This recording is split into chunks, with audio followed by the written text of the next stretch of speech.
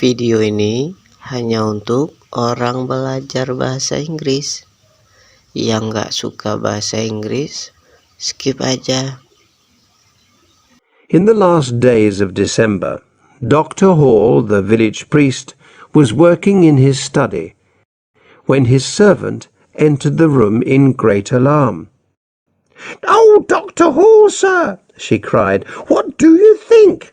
The poor squire's dead." "What? Squire Bowles? What are you saying, woman?" replied the priest. "I saw him only yesterday." "Yes, sir, I know," said the servant, "but it's true. Mr. Wickham, the clerk, has just brought the news on his way to ring the church bell. You'll hear it yourself in a moment. Listen, there it is."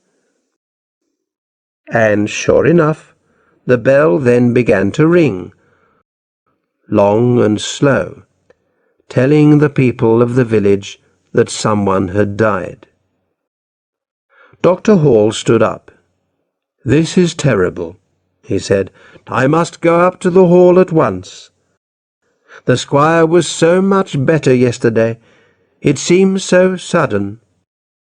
"Yes, sir," agreed the servant. "Mr. Wickham said that the poor squire was taken ill very suddenly with a terrible pain. He died very quickly, and Wickham said that they want him buried quickly too." "Yes, yes. Well, I must ask Mrs. Bowles herself, or Mr. Joseph," said the priest. "Bring me my coat and hat, please. Oh, and tell Mr. Wickham that I would like to see him when he has finished ringing the bell." And he hurried off to the hall. When he returned an hour later, he found the clerk waiting for him. "There's a lot of work for you to do, Wickham," he said, "and not much time to do it." "Yes, sir," said Wickham. "You'll want the family tomb opened, of course." "No, no, not at all," replied Dr. Hall. "The poor squire said before he died that he did not want to be buried in the family tomb. It is to be an earth grave in the churchyard." "Excuse me, sir," said Wickham, very surprised. "Do I understand you right? No tomb, you said, and just an earth grave? The poor squire was too ill to know what he was saying, surely."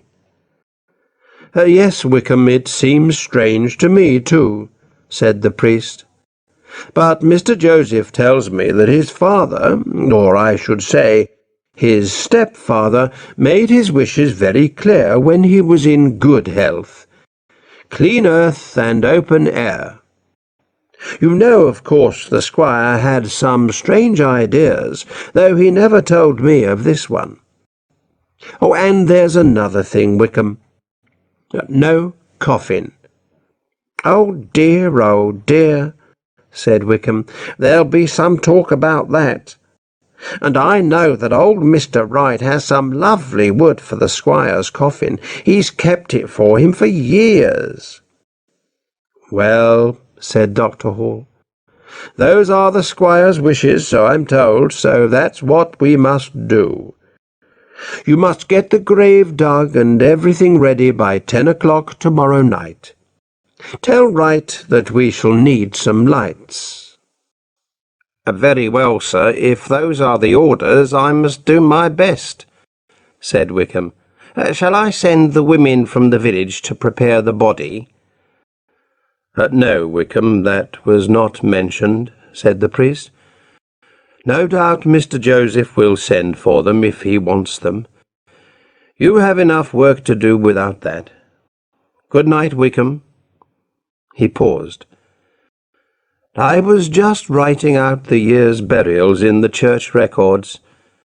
I didn't think that I'd have to add Squire Bowles' name to them."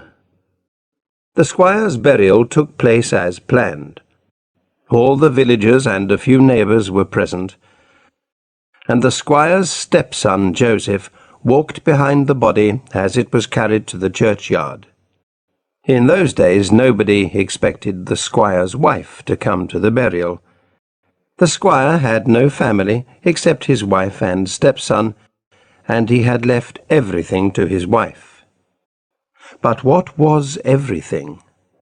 The land, house, furniture, pictures, and silver were all there, but no money was found. This was very strange. Squire Bowles was quite a rich man. He received plenty of money from his land every year. His lawyers were honest, but still there was no money. The squire had not been mean with his money. His wife had all she needed. He sent Joseph to school and university, and he lived well. But still he earned more money than he spent. Where was it? Mrs. Bowles and her son searched the house and grounds several times, but found no money. They could not understand it. They sat one evening in the library discussing the problem for the 20th time. "You've been through his papers again, Joseph, haven't you?" asked the mother. "Yes, mother, and I found nothing."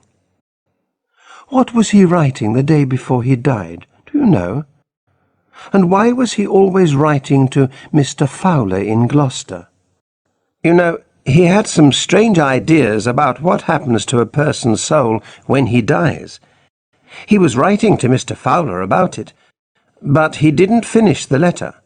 Here, I'll read it to you."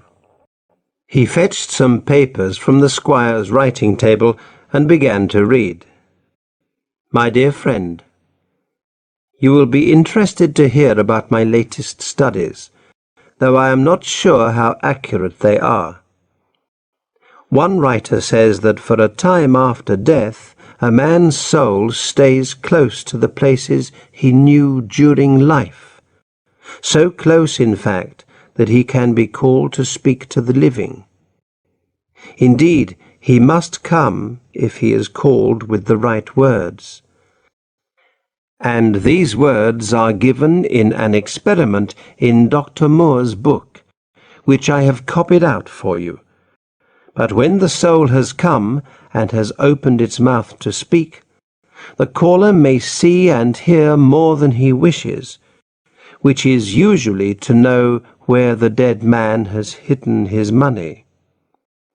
Joseph stopped reading, and there was silence for a moment. Then his mother said, "There was no more than that?" "No, mother, nothing." "And have you met this Mr. Fowler?" "Yes, he came to speak once or twice at Oxford." "Well," said the mother, "as he was a friend of the squire, I think you should write to him and tell him what has happened. You will know what to say, and the letter is for him after all." "You're right, mother," replied Joseph. "I'll write to him at once." And he wrote that same evening. In time, a letter came back from Gloucester, and with it a large packet. And there were more evening talks in the library at the hall. At the end of one evening, the mother said, "Well, if you are sure, do it tonight. Go round by the fields where no one will see you. Oh, and here's a cloth you can use." "What cloth is it, mother?" asked Joseph. "Just a cloth," was the answer. Joseph went out by the garden door, and his mother stood in the doorway thinking, with her hand over her mouth. Then she said quietly, "It was the cloth to cover his face. Oh, I wish I had not been so hurried." The night was very dark, and a strong wind blew loud over the black fields, loud enough to drown all sounds of calling or answering, if anyone did call or answer. Next morning, Joseph's mother hurried to his bedroom. "Give me the cloth," she said. "The servants must not find it, and tell me, quick." Her son, sitting on the edge of the bed, with his head in his hands, looked up at her with wild, red eyes. "We have opened his mouth," he said. "Why, oh why, Mother, did you leave his face uncovered?" "You know how hurried I was that day," she replied. "I had no time. But do you mean that you have seen it?" Joseph hid his face in his hands. "Yes, Mother, and he said you would see it too." His mother gave an awful cry and caught hold of the bedpost. "He's angry," Joseph went on. "He was waiting for me to call him, I'm sure. I had only just finished saying the words when I heard him, like a dog growling under the earth." He jumped to his feet and walked up and down the room.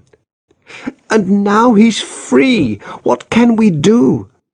I cannot meet him again. I cannot take the drink he drank and go where he is. And I'm afraid to lie here another night. Oh, why did you do it, Mother? We had enough as it was." "Be quiet," said his mother through dry lips. "It was you as much as I. But why spend time talking? Listen to me. It's only 6 o'clock. Yarmouth's not far, and we've enough money to cross the sea. Things like him can't follow us over water. We'll take the night boat to Holland. You see to the horses while I pack our bags." Joseph stared at her. "What will people say here?" "You must tell the priest that we've learnt of some of the squire's money in Amsterdam, and we must go to collect it. Go, go. Or if you're not brave enough to do that, lie here and wait for him again tonight." Joseph trembled and left the room. That evening after dark, a boatman entered an inn at Yarmouth where a man and a woman were waiting with their bags on the floor beside them. "Are you ready, sir and madam?" he asked. "We sail in less than an hour. My other passenger is waiting by the boat. Is this all your luggage?"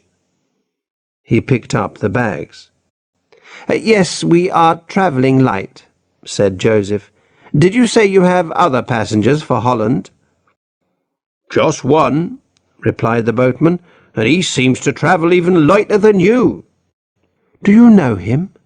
asked Mrs. Bowles. She put her hand on her son's arm, and they both paused in the doorway.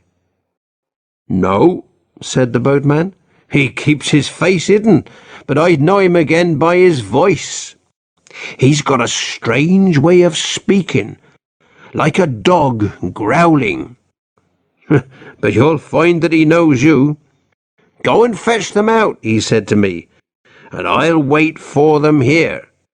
And sure enough, he's coming this way now." In those days, women who poisoned their husbands were burnt to death. The records for a certain year at Norwich tell of a woman who was punished in this way, and whose son was hanged afterwards. No one had accused them of their crime, but they told the priest of their village what they had done. The name of the village must remain secret, because people say there is money still hidden there. Dr. Moore's book of experiments is now in the University Library at Cambridge, and on page 144 this is written: "This experiment has often proved true. To find out gold hidden in the ground, robbery, murder, or any other thing, go to the grave of a dead man, call his name 3 times, and say, 'I call on you to leave the darkness and to come to me this night, and tell me truly where the gold lies hidden.' Then take some earth from the dead man's grave, and tie it in a clean cloth, and sleep with it under your right ear. And wherever you lie or sleep, That night he will come and tell you truly, waking or sleeping.